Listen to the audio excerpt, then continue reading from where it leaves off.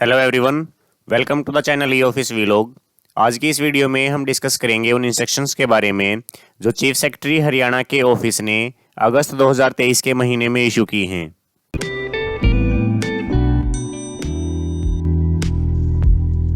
अगस्त महीने की सबसे पहली इंस्ट्रक्शन है पद्म अवार्ड से रिलेटेड। जो हमारे 3 टाइप के पद्म अवार्ड होते हैं, पद्मश्री, पद्म भूषण और पद्म विभूषण। ये अवार्ड जिनको भी मिले हुए हैं उनको पब्लिक फंक्शंस में बुलाने के लिए इंस्ट्रक्शंस इशू की हैं गवर्नमेंट ने, ताकि बाकी लोगों को भी अच्छे काम करने के लिए मोटिवेट किया जा सके। इसके साथ जो पद्म अवार्डीज़ हैं उनकी लिस्ट भी एनक्लोज की गई है। इसके बाद जो नेक्स्ट इंस्ट्रक्शन है वो prosecution sanction of retire employees से रिलेटेड है। जैसा कि आपको पता भी होगा कि पहले प्रिवेंशन ऑफ करप्शन एक्ट के तहत जो एम्प्लॉयज़ रिटायर हो चुके हैं उनके अगेंस्ट प्रोसिक्यूशन सैंक्शन जारी नहीं की जाती थी, लेकिन 2018 में इस एक्ट को अमेंड कर दिया गया था। उसके बाद अब जो एम्प्लॉयज़ रिटायर हो चुके हैं उनके अगेंस्ट भी प्रोसिक्यूशन सैंक्शन जारी की जा सकती है। इसमें गवर्नमेंट ने एडवोकेट जनरल से मंत्रणा ली थी, तो ये जो एडवाइस प्राप्त हुई है इसको ही फॉरवर्ड किया है कि प्रोसिक्यूशन सैंक्शन जारी करते टाइम इसको ध्यान में रखा जाए। इसके बाद जो नेक्स्ट इंस्ट्रक्शन है वो ई आवास की कंप्लेंट से रिलेटेड है। ये जो चंडीगढ़ में जॉब कर रहे हैं उन एम्प्लॉयज़ के लिए है जिनको भी सरकारी घर अलॉट हो रखा है। उनको अगर मेंटेनेंस के रिगार्डिंग कोई भी कंप्लेंट करनी है तो उसके लिए ई आवास पोर्टल बना दिया गया है गवर्नमेंट के द्वारा।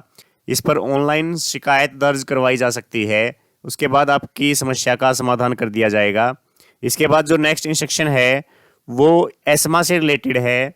अभी रिसेंटली जो क्लर्क्स की स्ट्राइक चल रही थी उसमें ट्रेजरी डिपार्टमेंट के एम्प्लॉयज़ भी स्ट्राइक पर थे, तो उसके लिए गवर्नमेंट ने ये इंस्ट्रक्शन इशू की थी Haryana essential services maintenance act के तहत कि ट्रेजरी के एम्प्लॉयज़ पर एस्मा लागू होगा, मतलब वो स्ट्राइक पर नहीं जा पाएंगे। इसके बाद जो नेक्स्ट इंस्ट्रक्शन है वो मिनिस्टर्स की फॉरेन विजिट से रिलेटेड है। इसमें सेंट्रल गवर्नमेंट के द्वारा इंस्ट्रक्शन जारी की गई थी, उन्हीं को फॉरवर्ड किया है सीएस ऑफिस ने।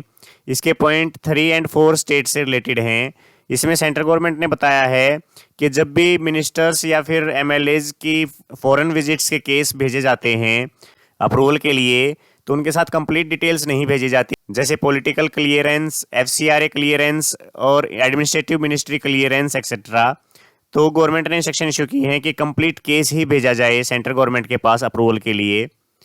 इसके बाद जो नेक्स्ट इंस्ट्रक्शन है वो रेगुलराइजेशन पॉलिसी 2014 से रिलेटेड है। इसमें सुप्रीम कोर्ट में केस चला हुआ है, उसके रिगार्डिंग सरकार ने इन्फॉर्मेशन मांगी है। 3 पॉइंट्स मांगे गए हैं इसमें। सबसे पहले तो 2014 की पॉलिसीज़ के तहत कितने एम्प्लॉयज़ रेगुलर हुए थे। उसके बाद जो सेकंड पॉइंट है उसमें पूछा है कि कितने अभी भी रेगुलराइजेशन क्लेम कर रहे हैं इन पॉलिसीज़ के तहत।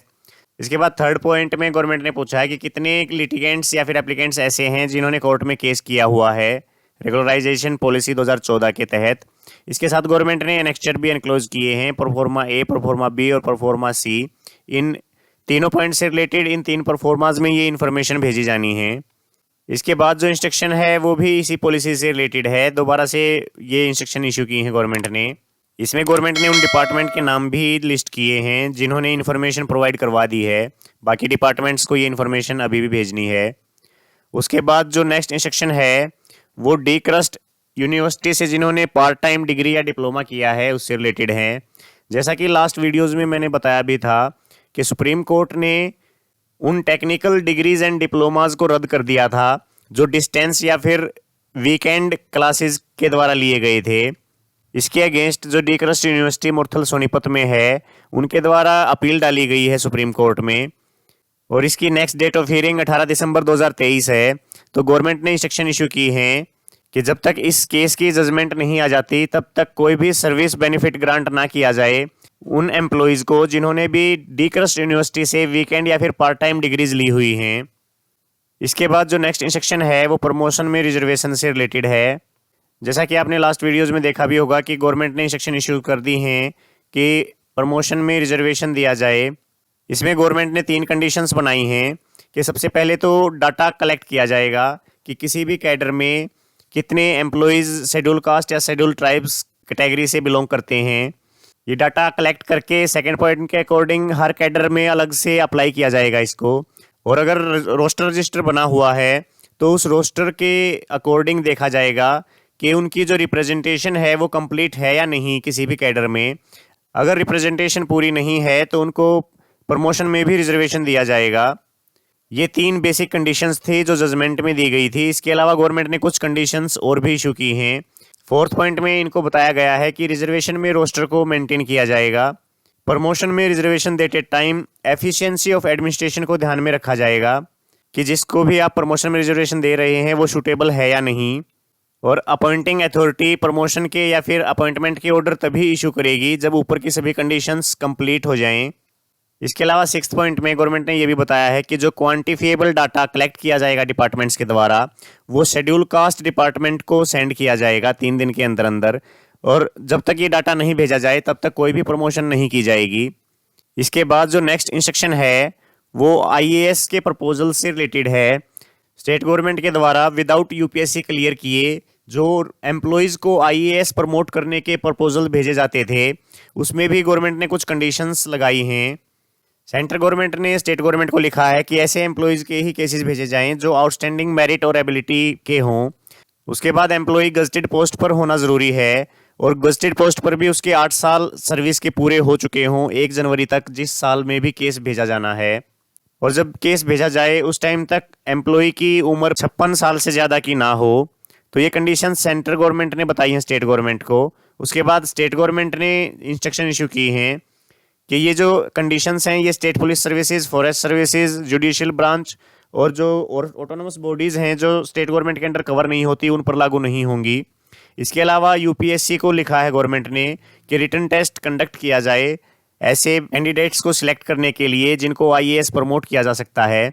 इसके अलावा भी काफ़ी डिटेल्ड इंस्ट्रक्शन है, 7 पेज की इंस्ट्रक्शन है ये। इसके साथ सिलेबस वगैरह भी एनक्लोज्ड है जो यूपीएससी टेस्ट कंडक्ट करेगी उसके लिए, ये साथ में सिलेबस है, तो आप इनको डिटेल में देख सकते हैं।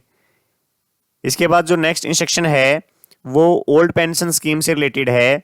आईएएस ऑफिसर्स के लिए गवर्नमेंट ने इंस्ट्रक्शन इशू की हैं कि 22/12/2003 से पहले जिन पोस्ट्स की एडवर्टाइजमेंट हो चुकी थी उनके थ्रू जो आईएएस सिलेक्ट हुए हैं वो ओल्ड पेंशन स्कीम लेने के लिए अपना ऑप्शन फॉरवर्ड कर सकते हैं गवर्नमेंट को।